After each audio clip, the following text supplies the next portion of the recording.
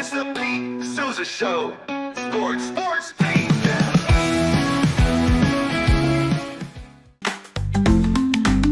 Get ready for epic savings at Best Buy. Right now, you can save up to $700 on select Alienware and Dell gaming products. Perfect for leveling up your gaming experience. Plus, grab the latest Android Google Pixel at an unbeatable price. Don't miss these incredible deals. Shop now at bestbuy.com and upgrade your tech today.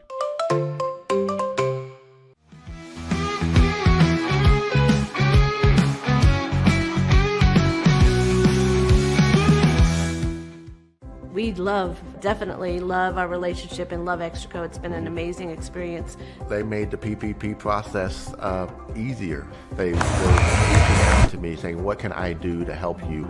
That made a huge difference because my stress level when we shut down to afterwards was night and day. Our experience with Extraco has been phenomenal since the very beginning, so we love Extraco.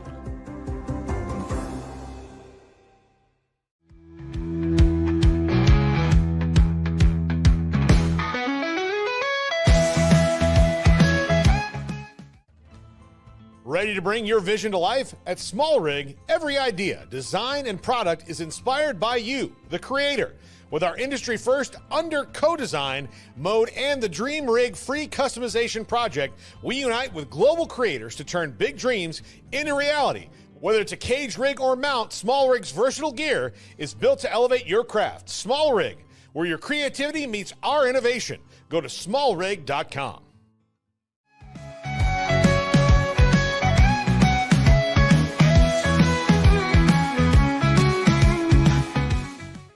At Rolls Rolo, we don't just sell wallpaper, we create cohesive, cozy spaces. Our deep understanding of design means every pattern, color, and texture is carefully chosen to complement your home. Plus, we use advanced technology and water-based inks for vibrant, eco-friendly prints, ensuring a healthier environment. Visit rollsrolla.com to transform your space today. That's ROLLSROLLA.com today.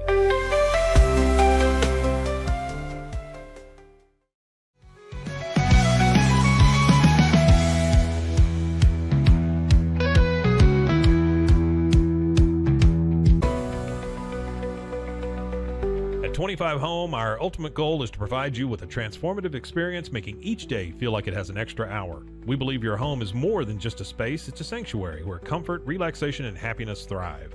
Discover the difference at 25 Home today. Shop now at 25home.com.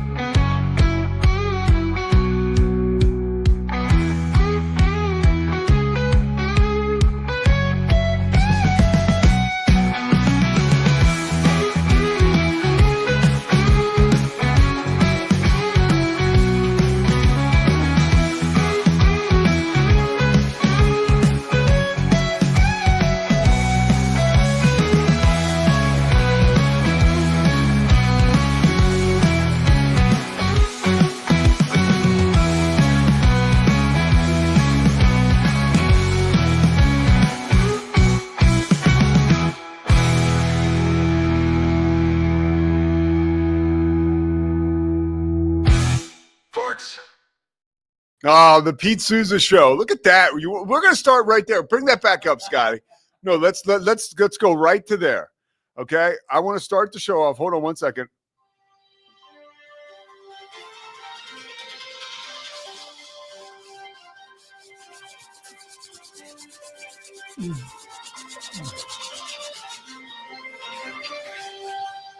Breaking news. We have got a confrontation that I just cannot not start the show with. Now, we're waiting on some of the sound to officially come in because this is all literally taking place as we speak, right? We're trying to keep you up to date on this developing story. But if you watched the Lakers and the Knicks last night, if you're a Mavericks fan, you probably, at this point, you're just dry heaving because there's nothing left. It's just like bile, right? You were sick to your stomach because the Lakers, well, They won in double overtime against the New York Knicks, one of the best teams in the NBA.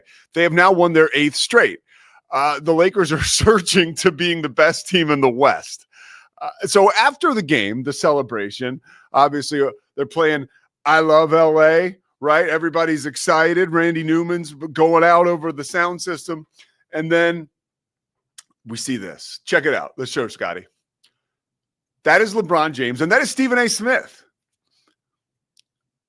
A quick confrontation. And now, Scotty, you said you could read his lips. Well, what did he say? I read his lips with the assistant of some friends on Twitter who confirmed this is what it looks like he said. It looks like he said, I'm going to tell you this one time, bro. Leave my son out of that shit, bro. And then he kind of shakes his head and walks away. So it's something to do with Bronny. And I'm not sure what Stephen A. did to spawn that remark. Well, I'll tell you, I got the backstory. Scotty Swingler, ladies and gentlemen, by the way. Wonderful job. And that's good context to the situation. And again, his lip reading skills are usually really, really important when we get to football season and Dak Prescott and CeeDee Lamb are jawing on the sideline. So we love to bring Scotty back for that. He's actually an expert. But that right there was the precipitation of, or precipitated by, Stephen A. Smith being one of the many people who are truth tellers around the Bronny and LeBron situation. Now, I have got to backtrack to what I said in June, right? When Bronny was drafted by the Lakers. I have absolutely zero issue with Bronny being taken by the Lakers in the second round. I have absolutely zero issue with Bronny being given a guaranteed contract. I have zero issue with Bronny going to the G League and just playing home games, right? And not traveling on the road with the Lakers G League team. But I mean, and the reason I have zero issue is because I think it's almost like a rite of passage for LeBron. I mean, if oil billionaires in West Texas can name their sons to be the CEOs of their company, when maybe there's other candidates out there that are better off for that job, LeBron James, who is basically the guy who runs the Lakers, I mean, you can say he doesn't, and the Lakers are a monster on their own, but the fact of the matter is, and this is where Luke is going to be in good shape too, the Lakers really take care of their stars, especially if their stars take care of them. Magic Johnson, a lifetime contract. Kobe Bryant got his last deal basically on one leg. LeBron, obviously being very fairly compensated, and we see it now, right? This kind of a sweetheart deal with, yeah, LeBron, you're with us.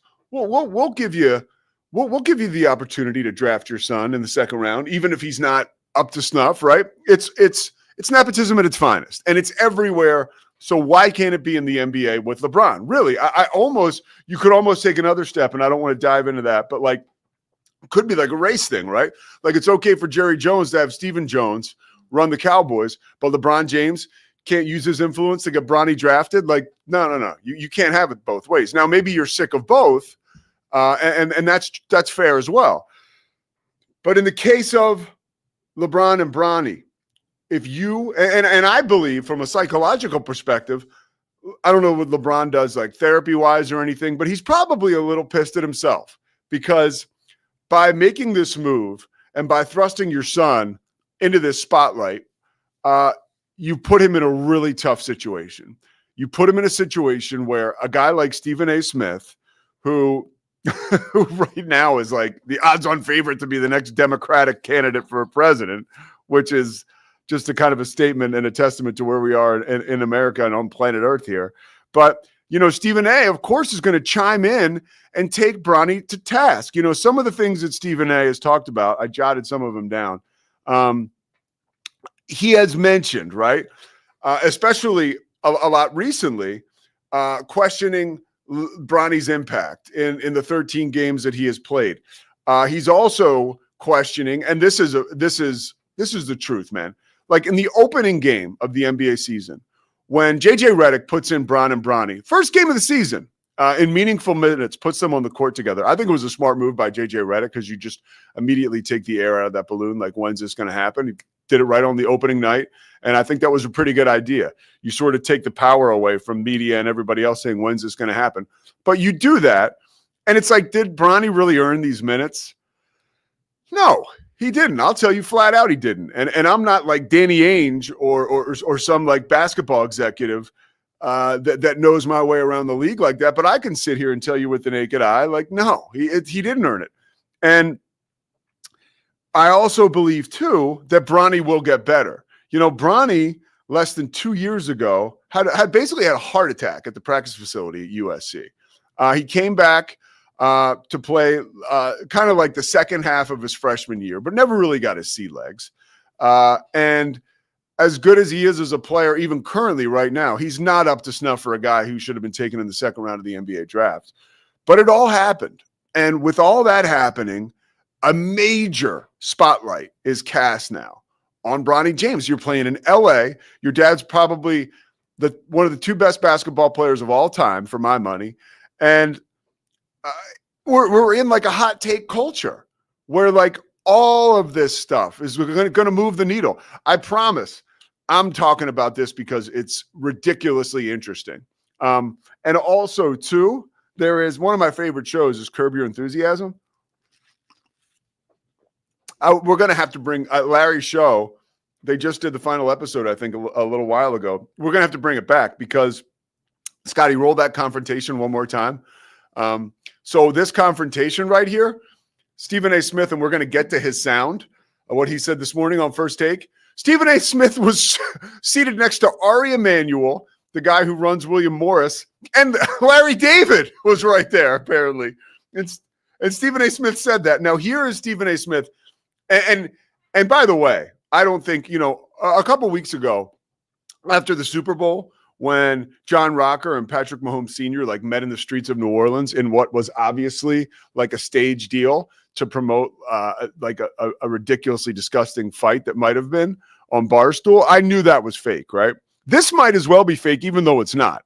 This is like the best of the best. This is like WWE, dude. This is like Hulk Hogan and the Iron Sheik. I mean, if they wanted to make this up, nothing could move the needle this morning like LeBron James and Stephen A. Smith, who I just said, a potential candidate for president in the next election for the Democratic Party. If you don't believe me, Google it. Google's always telling the truth.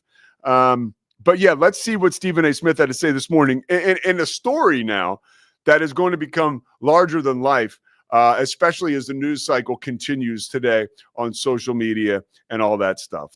Scotty, take it away. On James, coming up to me, unexpectedly, I might add, to confront me about making sure that I mind what I say about his son. Can't repeat the words because they ain't suited for FCC airwaves. That's what he was doing. I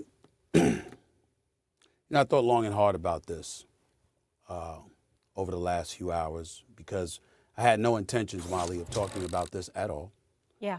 And the reason why is because it was a one-on-one, I wouldn't say a conversation, but it was a one-on-one confrontation. But then I wake up and everybody from ESPN and my agent and everybody else were sending me that this thing had gone viral. And so ultimately it was unavoidable, and that is why I have to discuss it now. That wasn't a basketball player confronting me. That was a parent. That was a father. And I can't sit here and be angry or feel slighted by LeBron James in any way in that regard. By all accounts, he's obviously a wonderful family man and a wonderful father who cares very, very deeply about his son. And based on some of the comments that he had heard, or shall I say, I think he thought he heard, he clearly took exception to some of the things that he heard me say. And he confronted me about it. For the record, his agent and friend, Rich Paul, has my number. Maverick Carter, who works under him, has my number. LeBron James knows how to get in contact with me if he wanted to. He never called, because had he called and wanted to talk to me, I would have accepted that call. Had he wanted to see me, I would have flown out and I would have seen him and I would have had a conversation man to man. But that is not what he elected to do. Okay, so we're going to go back to that, but I do want to say this is while we're watching this, and for me in real time, first time, we had a conversation on this show years ago. Really, the first iteration of the Pete Sousa show, we had Jeff Pearlman on it, and I asked Jeff Pearlman about the time he wrote he wrote an article, a feature article on John Rocker in Sports Illustrated, talking about how John Rocker was a racist. He did a feature on John Rocker, so he's sitting here with John Rocker, like the distance from me and Scotty, and John Rocker said racist things, and Jeff Pearlman reported that. Now, a lot of writers, when that story hits the press, and it was a huge deal at the time in December of 1999 when that story hit the media, hit Sports Illustrated, which by the way, back then was a one of one. Jeff Pearlman knew that the next time the Braves had a game in New York where he lived, where he would go to cover the Mets and sometimes do features for Sports Illustrated, he was going to have to go to the game, right? Because he was going to have to give John Rocker an opportunity to maybe kick his ass, right? But like as a writer, if you're going to say all kinds of stuff about people, the right thing to do and the journalistically or showing off journalistic integrity, I don't really know how to say it the right way, is to show up at the game and be present for a moment like this, right? Be accountable. So with all the pomp and circumstance that Stephen A. Smith brings to First Take every morning, with all the, is this guy for real? Is he one part wrestler, one part journalist, one part entertainer? Look, he's doing what you need to do. He's actually showing up courtside, and I don't think he thought that LeBron James was going to confront him. Excuse me, that's disgusting. But credit for Stephen A. Smith for actually showing up and being right there. Most of the people who are writing and saying things about Bronny James are nowhere near those games and covering them. One, because most of them are keyboard warriors with no audience. They're just trying to be inflammatory on social media. And two, some of them are writers, and they are, whether it's a blogger or they have a show like mine, they don't actually work. They don't actually go to the games, right?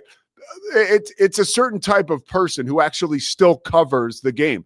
Stephen A. Smith still covers the games. He still talks to people, and he is still present and accessible for these guys to MF him if they want him to, or if they want to. So you have to give Stephen A. some kind of credit there. I think it's kind of rubbish, but I'm sure I would do the same thing. But now we're micro analyzing this thing. For him to come on the air and say how great of a dad LeBron is, like, no kidding. We know that, dude. We don't need you to, you know what I mean?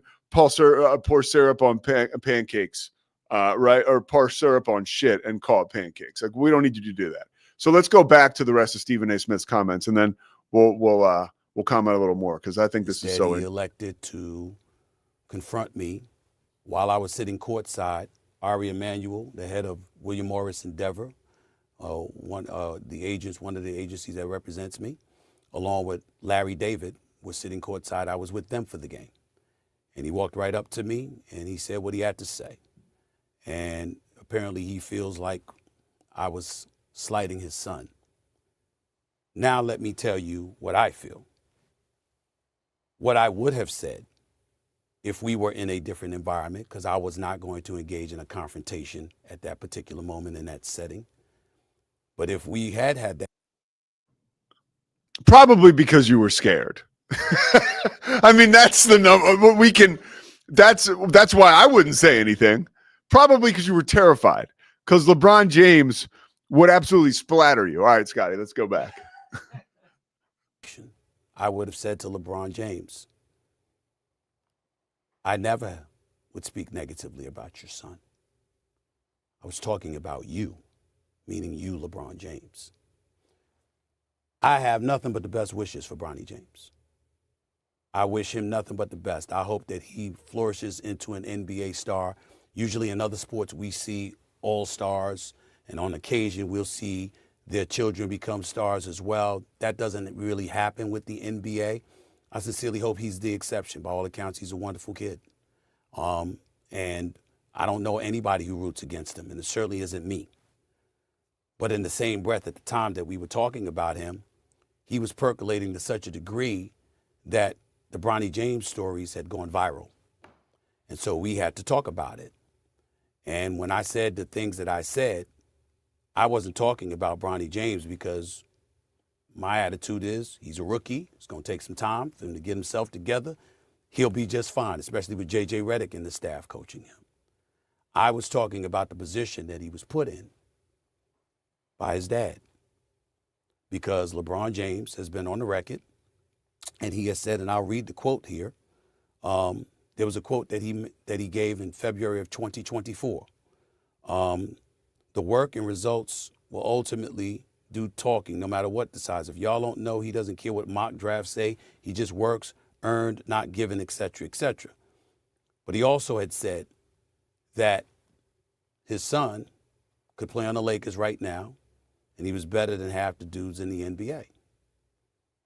In the aftermath of all of that, he instructed everybody before the draft that y'all want me, draft Bronny. Wherever Bronny is at, that's where I'll be.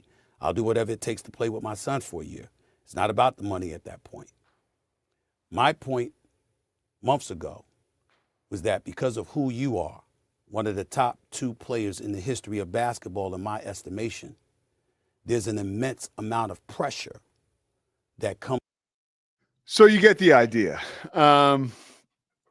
Scotty, I would like to get your thoughts. I need a second party to come in here because I clearly feel the way I feel. But anything about you, I mean, about that situation that moves you one way or the other? Dude, it's tricky because as a new father myself, I appreciate everything LeBron's done in this regard. I appreciate LeBron advocating for the Lakers to draft his kid. Like I'm kind of with you. I don't think there's anything abnormal or wrong about that. I appreciate LeBron using his influence to get his son opportunities. I appreciate that LeBron has not made a big stink over the fact that Bronny has spent most of the time in the G League because he's not ready to take the court for the Lakers yet, right? I appreciate all of that. I appreciate LeBron as a father wanting to confront Stephen A. I also think, and even with his comments about the face of the league earlier this week, I think LeBron wants to act like he's just another NBA player, and he's not. Like he is in the GOAT conversation, and I've said for 10 years I think he's the best. I think he is the GOAT. Like that's my opinion. Yeah. You know? And so you are not just, you know, like I'm trying to think. He was like the average Joe NBA player, like a Chris Middleton or a you know, like you're not some like Max Christie. Right. Yeah. Right. Yeah. You're LeBron James. Yeah. And we've been talking about your kid actually for like 3 years now since he was getting ready to close out high school. Like, you know, the attention, you have to know the attention you're going to get from the press is massive. And I just wonder, and you talked through this a little bit, but like, did Stephen A say or do anything that like 20 other talking heads on ESPN or Fox Sports or wherever aren't saying? Like, I feel like everybody. They just don't have the platform that Stephen A has. Sure. Right. Yeah. Right. And also, too, I think, you know, in a moment like that, and again, we're having fun with it this morning. I mean, like, clearly, right? Like, but, you know, LeBron's in the heat of the moment. He just won a basketball game.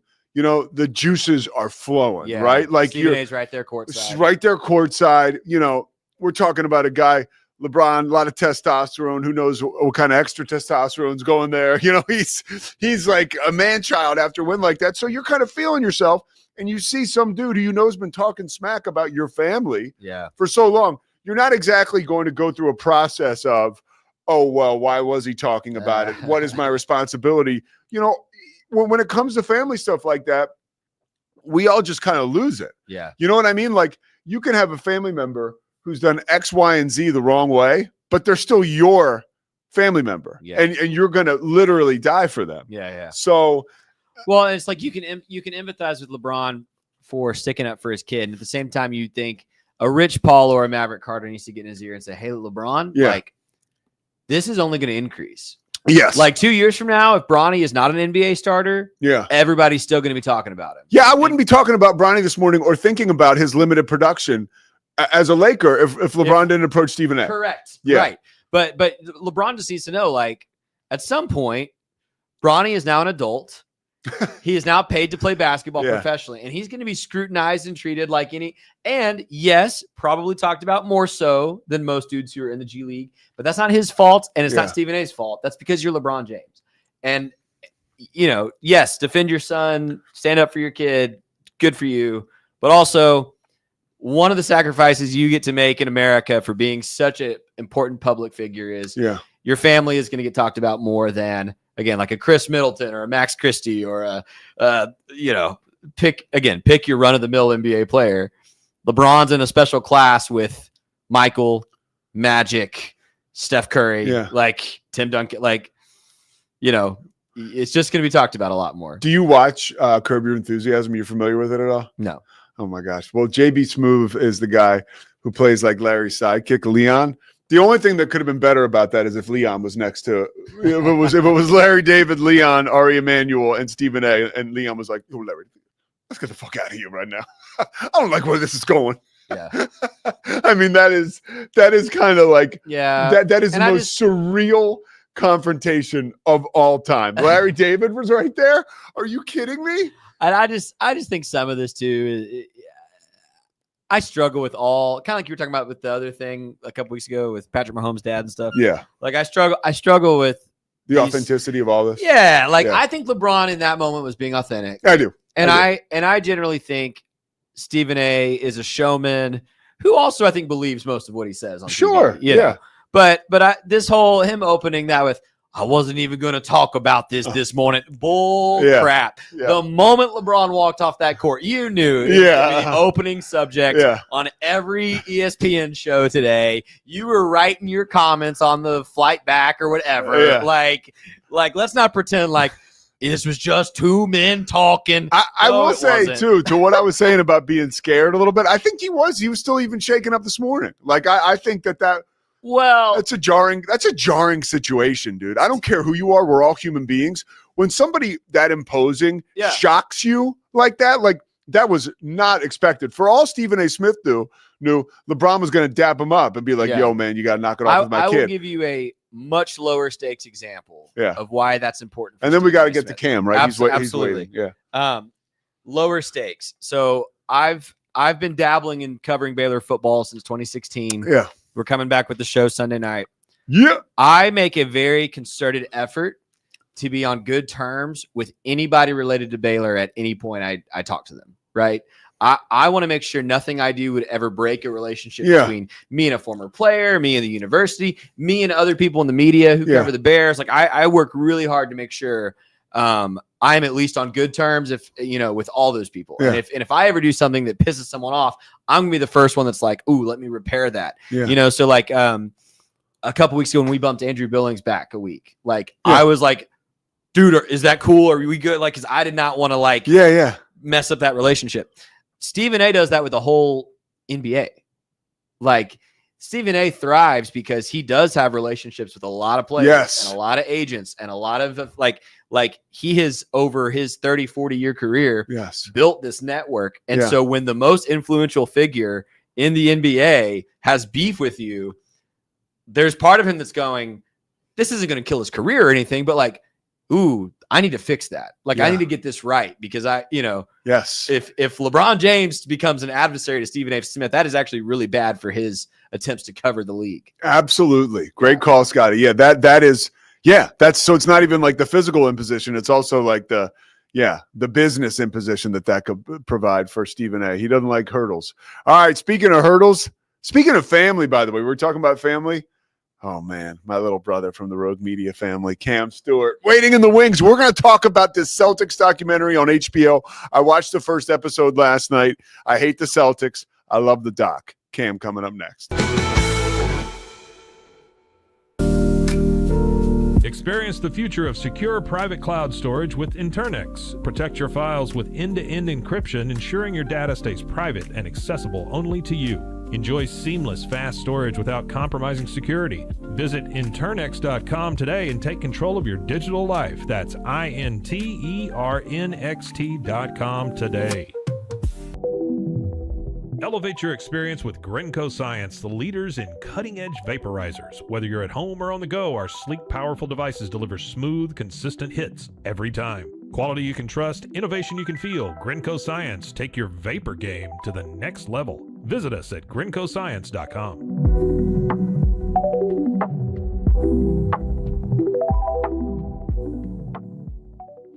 At Terrapin Ridge Farms, they believe in the joy of effortless entertaining. Inspired by CEO Mary O'Donnell's mom and her legendary holiday parties, they've crafted a line of gourmet foods that turn any meal into a celebration. From savory jams to mustards, aiolis, and more, their products are made with love, bringing unforgettable flavors to your table. Whether it's a casual get-together or a special occasion, they make it easy to impress. Terrapin Ridge Farms, where great food and great memories come together. Visit them at terrapinridge.com. Terrapin Ridge.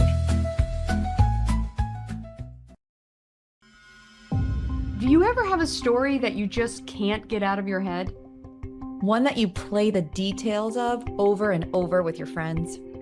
Well, you've come to the right place. I'm Claire. And I'm Susan. And this is Justice Pending, a weekly true crime podcast where we discuss tantalizing crimes with more questions than answers. Thanks for joining us. Cleanse your body of accumulated toxins and embark on your wellness journey at your own pace. At Global Healing, we provide premium supplements to help your body heal naturally. Combine that with OrganicHemp.com's top quality CBD for ultimate balance. Start your healing journey today at GlobalHealing.com and OrganicHemp.com.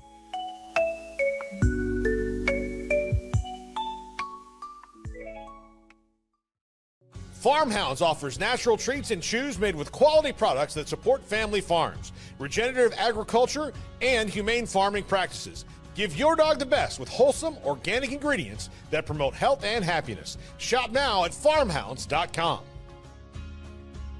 It all began with a simple idea, cutting handles off old ski sticks to create better pull-up bars. This sparked the creation of the revolutionary Angles 90 handles. After testing over 70 prototypes with 300 athletes, our patented handles were launched in 2018. We continue to push the boundaries of strength training. Join us in making your training more natural and effective.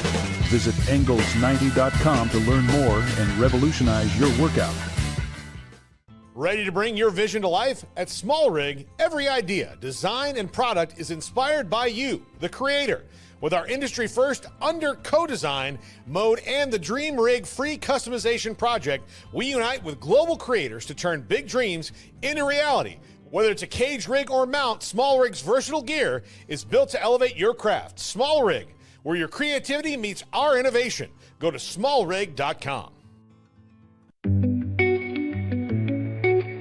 Unlock a world of convenience with Mully Box, your one-stop solution for personalized subscription boxes delivered right to your door. Each box is tailored to your tastes. Experience the joy of surprises. Subscribe today at mullybox.com. That's MULLYBOX.com.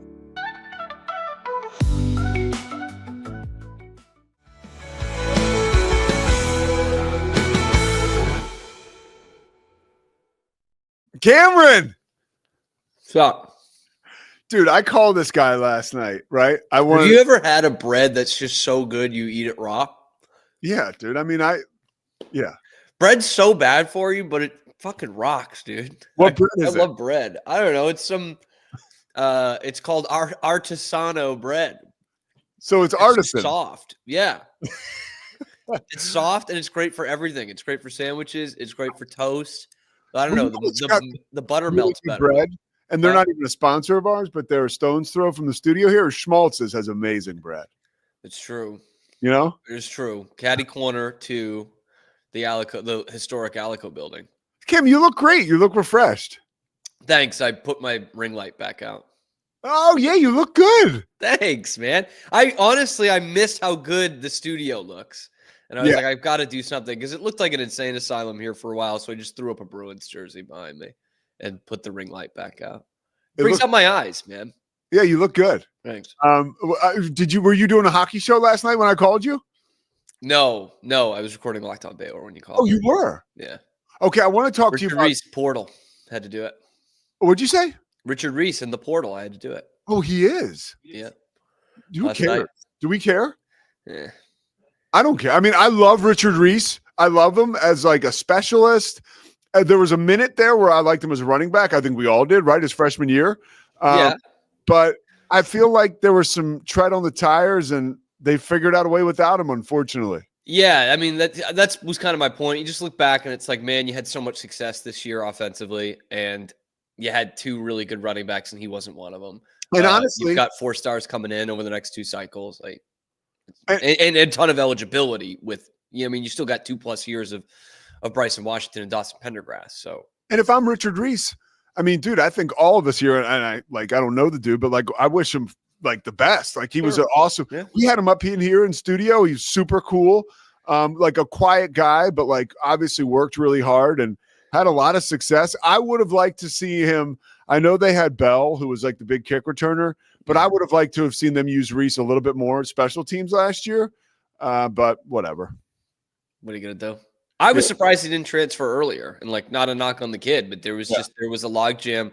And I don't know if you're on the team, you probably even see it before this season. But I was just surprised to see March like that. That kind of handcuffs you a little bit. You can't play spring football, so I don't know. But I guess not terribly surprising. That's what I was doing when you called me and said Todd at the end. Dude, you got to stop with this guy is an up-and-comer in the sports biz.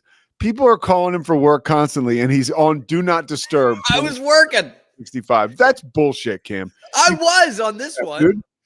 Cam, I'm not saying that I'm that important. Every time I call you, I go right to voicemail. I got to unblock Pete. All right.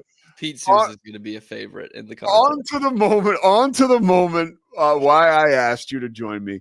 Last night, I watched the first episode of the Celtics documentary on HBO. Now, 2 things, okay?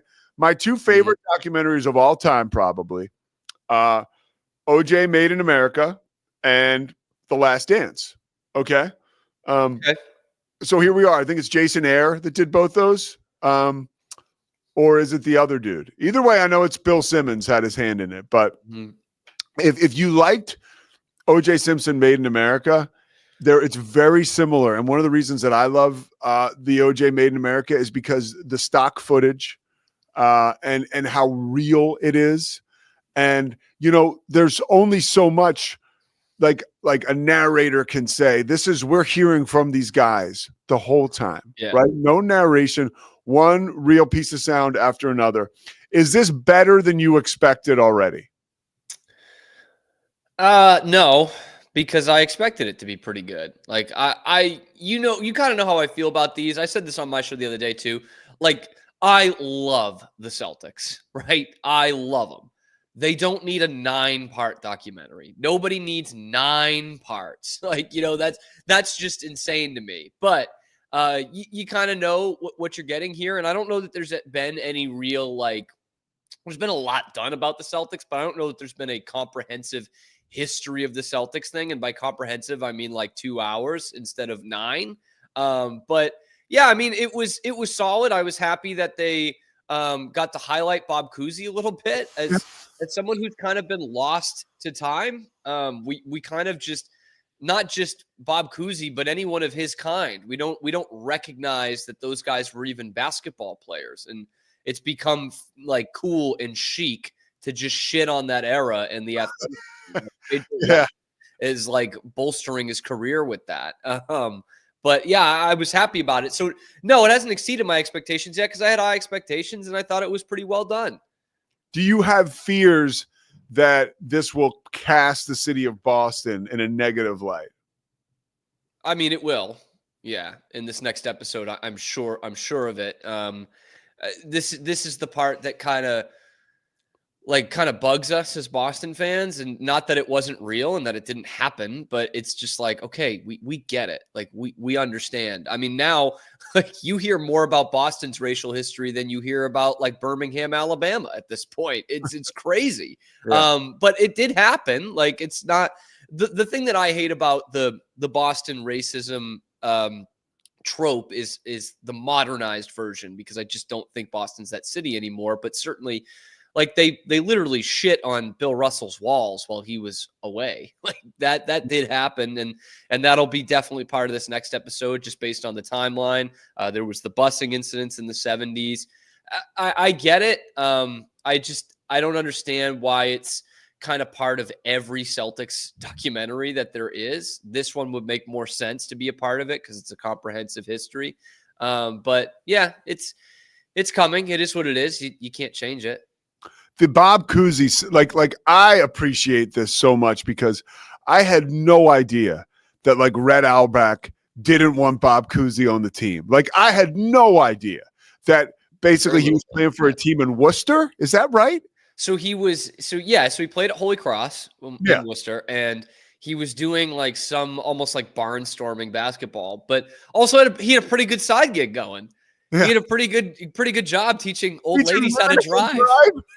That's incredible. He's like, yeah, I can't do the Cousy speech impediment, but we had 3 calls out there, and we had a good thing going.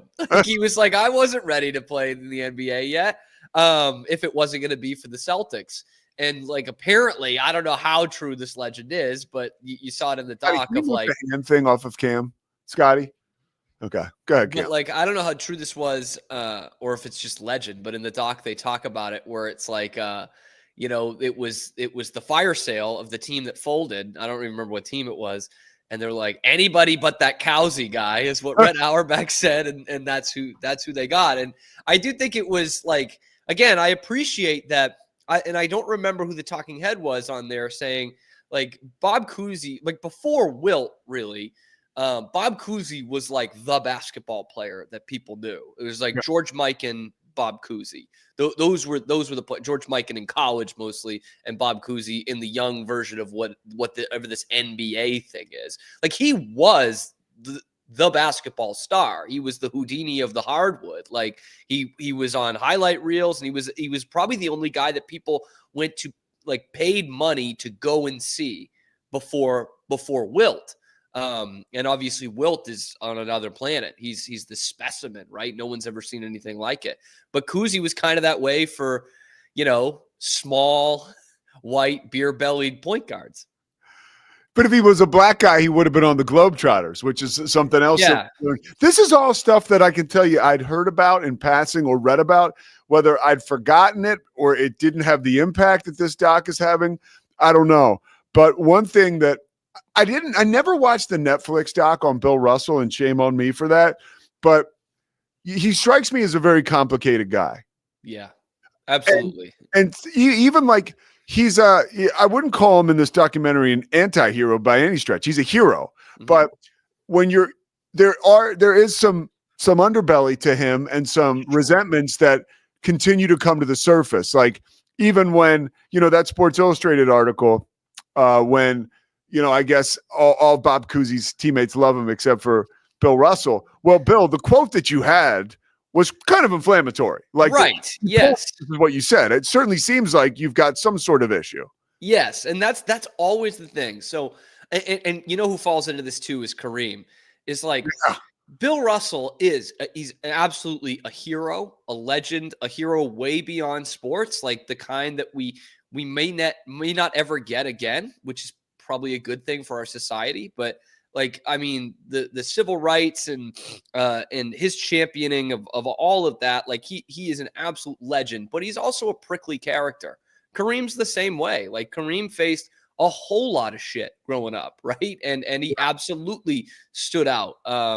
Was it I think it was Wilt's biography that was called like Just Your Average 7-foot black man that lives next door. It's like that kind of thing. These guys, they stuck out, and they were celebrities, and they were also at the forefront of the civil rights movement.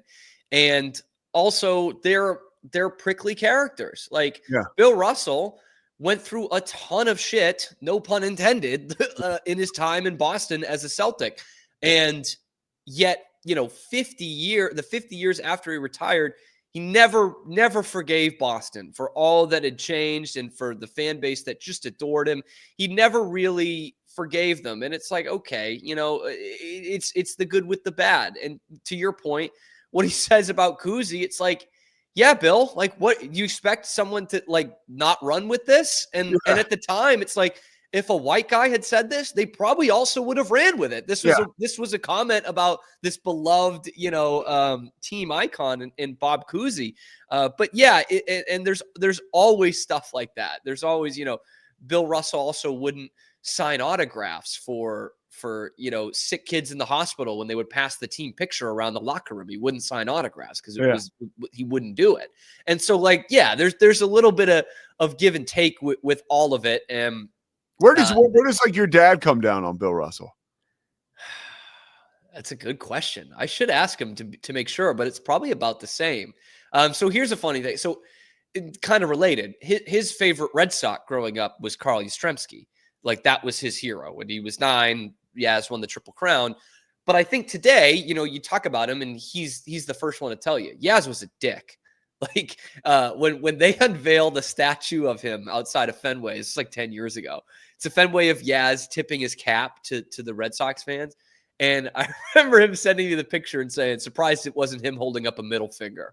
Like, no one could leave a team event fast enough, faster than Carl Yastrzemski. But he also, like, that was his favorite player growing up. And Russell would fall in the same way. Like he grew up around that time. Russell would have been, his guy. And yet it became, tough for him to be endeared to the fans, partially because of Boston's racial history, but also partially because he was a cold guy. Like he just was. Yeah. And that happens throughout history with other guys like Yaz, same time frame, white guy, same city. And yet there's still, he's still an icon, but people of my dad's generation will say, yeah, he was a dick. He was cold. He was an asshole. And, it's kind of the same thing. So I think I'm also my father's son. So I think he'd probably be saying the same thing that I am, to be quite frank with you, that, yeah, he's a hero. And so you kind of sweep the other stuff under the rug because it's not, he wasn't a wife beater. He wasn't anything like that. He was just kind of a cold guy that didn't forgive easily. And I think the good things that he did for both the Celtics and for the human race was better than those things. Well, it is uncomfortable, like to what, you do a good job of kind of giving context to the whole picture of Bill Russell. I am not like one of those people who thinks like, I don't get too into like school education and what we're teaching our kids, but I believe it, like every kid, I wasn't there 400 years ago. I wasn't there 60 years ago and 70 years ago when this abhorrent stuff was going on, but it's important to see that stuff and to be taught these lessons and to be reminded of what these guys went through. Mm-hmm. And Jesus Christ, like no wonder Bill Russell's got a chip on his shoulder. You can't even imagine. And by the way, because it reminds me, this ties in, like Kuzi has a story in there of he's drinking with one of his teammates and they can't even use the same bathroom. Like it was Sam Jones. Okay. Yeah. I couldn't remember who it was. And like, that's what, like, that is what Russell grew up with. I'd be cold as shit too. Yeah. The story is that Kuzi and I think if my memory serves, it was Sam Jones. They were boozing after a game at in like Lexington or some bar, and Kuzi went to go take a piss, and so did Sam Jones, and it said no blacks, only white. So they both went together and pissed outside. It was a little, and this is we'll wrap up with this. I thought the dynamic between Kuzi and Russell, and I almost felt like Kuzi was accepting too much responsibility. I wanted to be like, hey, take it easy on yourself, dude. Like you were a young guy who was caught up in it. And it seems like he had an open mind to anything that Russell would have shared with him. But you don't know what you don't know. Maybe he should have been more of a seeker, I guess. Yeah. And maybe that's why he's hard on himself. But, while Bob Cousy is spending, off seasons in Maui being photographed for advertisements, Bill Russell's taking his kids back to Louisiana and he can't stop to eat at places. Yeah. A very different America for those two men. Absolutely. And like, this is what I got from the documentary. And it's been something that I've kind of held in this subject.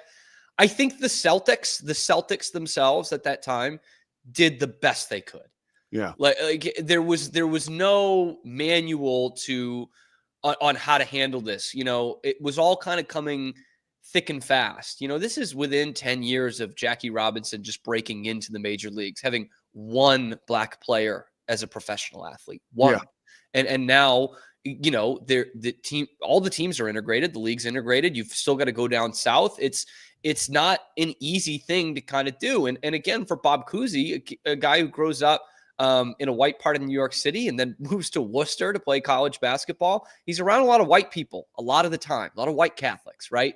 And so it's difficult. And they say it in the documentary. You know, they go down to Lexington for that Frank Ramsey game because that's where he's from and he played at UK. And they talk about, like, Frank was always great with race relations. Like, that's a tough thing to do. It's a guy from Kentucky or what? Yeah, from the deep South here.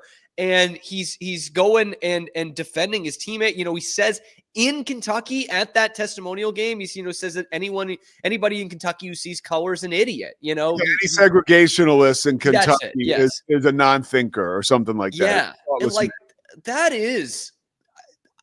I don't want to overplay this too much. That's a brave thing to do. Yeah, I thought.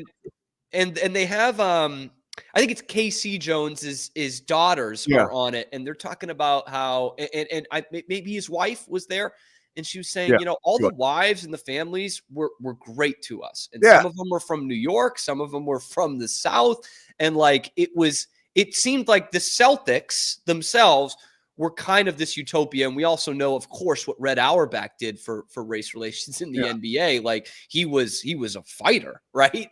So I don't want to prop it up too much like this white knight syndrome, but like, the Celtics handled it, I thought, as best they could. And you could tell it kind of took a toll on them to some extent, like with Tommy Heinsohn talking about the walkout that they had in Lexington, where all the black players left and they didn't play in the game. And the white guy stayed. Yeah, Tommy's like, we didn't know what to do. Here's our teammate, Frank Ramsey. It's a moment for him. He kind of tells us to do whatever. They kind of leave, right before the game. What are we supposed to do? So I think there is some intentionality there. There is some thought there. It's the late 50s, early 60s. It doesn't always come out to what we think it should look like in 2025. And yeah, Cousy, I think, was a big part of that. He was obviously one of, if not the face of the team, face of the league. And he's seeing Russell as a teammate and a friend, and he never says anything bad about him, and really props up Bill Russell's legacy, if it even needed to be, for decades. And yeah, he's still saying, I probably could have done more. And I do think it was nice that they had Russell, quote from Russell saying, man, I don't ask you to fight this fight for me. Yeah. You're okay, kind of thing. But the beautiful thing is, or the true thing, and this is the last thing I'll say, and I'll let you go, is that you want Bill Russell. This ain't a Disney movie, dude. Like, he's not going to be, at the end of the day, we're not going to go off happily ever after. Russell's going to say, yeah, that was cool, but this wasn't. And I appreciate that, and we got more of that to come. That's how we learn. Share with you and just get your quick comment on it. Outside of live events, okay, and this is just hitting me now. So live events being ESPN, CBS Sports, Monday Night Football, ABC. As a kid, I was raised. Those were the best pieces of television that I was able to experience. But as far as content is concerned, Howard Stern and Bill Simmons, I believe Bill Simmons has bought me some of the most important content of my life and the most compelling content.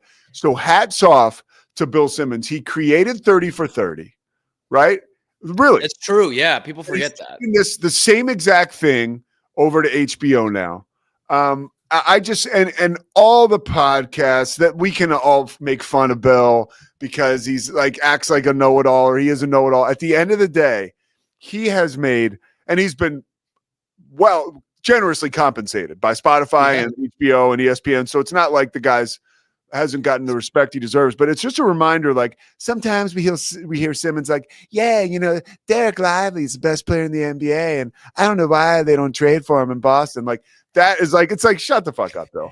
But then Derek Lively needs an 11-foot jumper. I think that would really unlock his game. Would you? I'll put it this way, because I think about this with Simmons a lot. I would do anything to have his career. Oh, if I could pick anybody in sports media's career, that would probably be it. Yeah. I mean, he calls his own shots. He's a ballsy dude. He's a creator. And he's just prickly enough. I was at the NBA draft in 2014, and him and Russillo were talking to each other. And I very easily could have gone up and gotten a picture. It was just the two of them, and I didn't. And it's one of my regrets. I really would. Simmons is a guy I've never met, and he couldn't care to meet me. But I would just want to say thank you. He's done a tremendous job providing content. He's a bit of a blowhard, but I love him. All right, anything else, Cam? Anything you got to plug right now? Get the Cam Show trade deadline.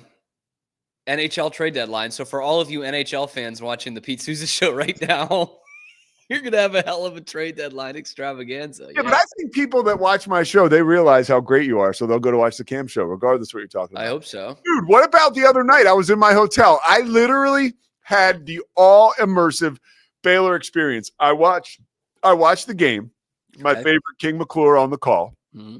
I had Texas Tech the next night, so I was just sitting there locked in, and then I was locked on. I watched the Locked On from start to finish. It was excellent, Cam. It was excellent. Thanks. The post game, yeah. Although you did take my Norshad line a little too serious. You kind of smacked me. Right? I know. I had to do that for the fans. He is underrated. Yeah, probably. I don't think he's the most underrated player on the planet. But he's underrated. Right. The Cam Show's coming up next. Cam Stewart, I'll talk to you later. Thanks, Pete. All right. Stay with us. We got one quick segment when we come back. Here's the segment. Do Mavericks fans deserve or need to call Daniel Stark? Stay with us. Are you ready to take control of your health? At 4U Health, we believe wellness and lab testing should be accessible, inclusive, and yes, fun. With our tech-powered at-home lab test, you save time and money while feeling your best. Say goodbye to long waits and office visits. Check your health on your own terms with 4U Health. Visit 4uhealth.com today and free yourself from traditional medicine. That's the number 4uhealth.com. Get ready for epic savings at Best Buy. Right now, you can save up to $700 on select Alienware and Dell gaming products. Perfect for leveling up your gaming experience. Plus, grab the latest Android Google Pixel at an unbeatable price. Don't miss these incredible deals. Shop now at bestbuy.com and upgrade your tech today. At Fullwell, we bring together the expertise of registered dietitians, MDs, and OBGYNs to give you the best fertility support. Our research-backed bioavailable formulas are crafted with your health in mind, ensuring the highest quality and safety. From preconception to pregnancy and beyond, we exceed industry standards with independent testing for harmful contaminants. With our comprehensive practitioner directory, personalized care is always within reach. Fullwell, your trusted partner on your fertility journey. Visit us at fullwellfertility.com. Experience the perfect blend of exquisite craftsmanship and life-changing technology with Gevi. Every product is built with precision, featuring specialized parts that ensure durability, efficiency, and safety. We put every machine through 6,000 rigorous tests to guarantee long-lasting performance. With cutting-edge technology and a commitment to energy efficiency, Gevi makes your life easier, greener, and more convenient. Upgrade your everyday with Gevi. Visit us at gevi.com to discover more. That's gevi.com. Have you ever watched true crime television and wondered, how did they get that story? I can show you. I was a producer for 48 Hours on CBS News. In my exclusive tell-all book, I'll take you where no audience has ever gone before. Don't miss out. Secure your copy of Killer Story, The Truth Behind True Crime Television today. Available everywhere books are sold. With San, owning iconic furniture no longer requires paying a premium. We use the finest materials like Italian top-grain leather, known for its durability and luxurious feel, and apply meticulous attention to detail in every piece we create. Our replicas are crafted with the same care and precision as the originals, but a price that makes them accessible. With over 15,000 satisfied customers worldwide, we've proven that high-quality furniture doesn't have to come with a high price tag. Explore our collection today at san.com. At Covers & All, we've revolutionized protective solutions with cutting-edge, customizable covers, tarps, and curtains. Using advanced tech fabrics that are 100% waterproof, UV tear, and abrasion resistant, we ensure lasting durability with hand-sewn double-stitch seams. Our commitment to quality, precision engineering, and customizable options is unmatched. With vertically integrated operations and express shipping, we deliver premier protection at affordable prices. Visit coversandall.com today for the perfect fit, guaranteed to last. We haven't been looking for you. Wake up. Hellhound Country, available anywhere you get your podcasts. Protect your online privacy with NordVPN. Browse securely, access content from anywhere, and keep your data safe with military-grade encryption. Whether at home or on the go, NordVPN ensures your digital freedom. Stay secure. Download NordVPN today at nordvpn.com. That's NORDVPN.com.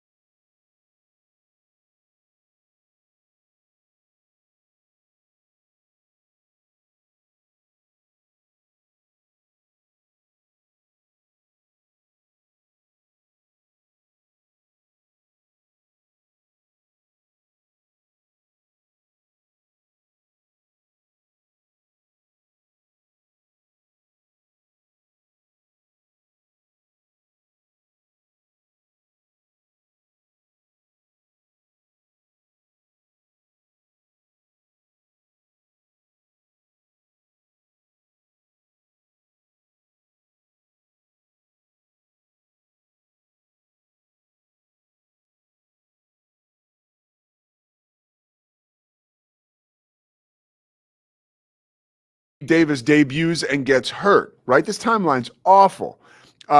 Dirk gets introduced in LA for the Lakers.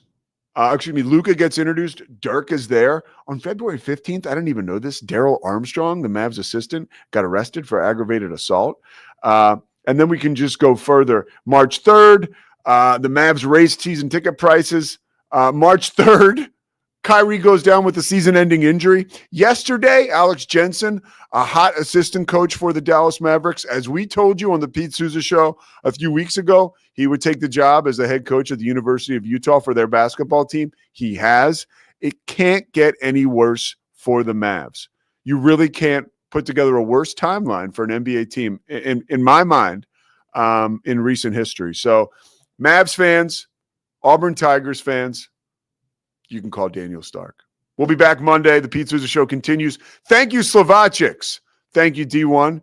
Thank you, Daniel Stark Injury Lawyers. First National Bank of Central Texas and Socorro Family Ford. Also, Crawford Austin Properties. We'll see you Monday. Have a great weekend. It's the Pete Sousa Show. Sports. We definitely love our relationship and love Extraco. It's been an amazing experience. They made the PPP process easier. They were reaching out to me saying, what can I do to help you? That made a huge difference because my stress level, when we shut down, to afterwards was night and day. Our experience with Extraco has been phenomenal since the very beginning, so we love Extraco.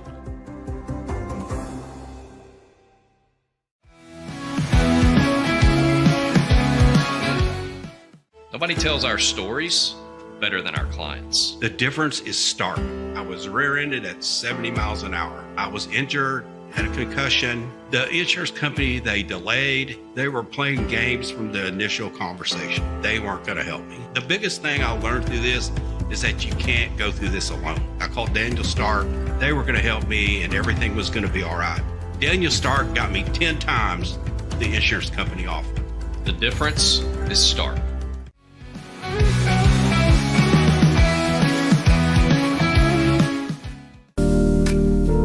Experience the future of secure private cloud storage with Internex. Protect your files with end-to-end encryption, ensuring your data stays private and accessible only to you. Enjoy seamless, fast storage without compromising security. Visit Internex.com today and take control of your digital life. That's INTERNXT.com today.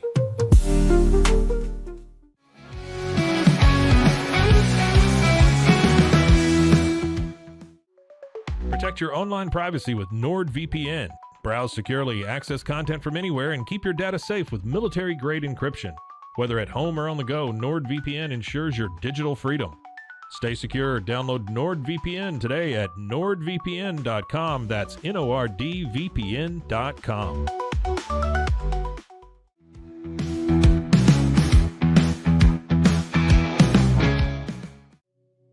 Farmhounds offers natural treats and chews made with quality products that support family farms, regenerative agriculture, and humane farming practices. Give your dog the best with wholesome, organic ingredients that promote health and happiness. Shop now at farmhounds.com.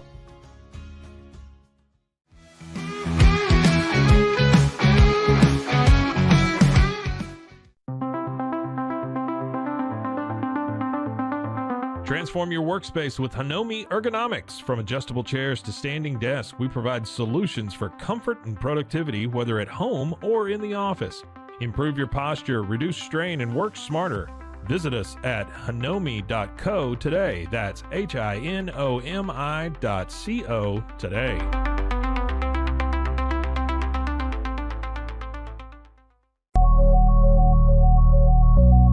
At Acasis, innovation drives us. Since 2008, we've been creating cutting-edge technology products that make your life easier. With a focus on performance, design, and customer service, we're here to help you work smarter, not harder. Join us on our journey to simplify your world. Visit acasis.com today. That's ACASIS.com today.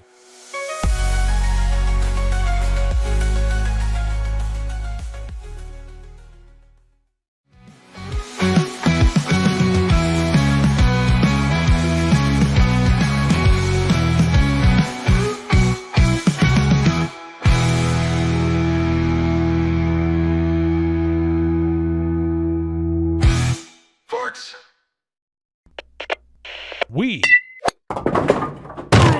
are Rogue Media Sports.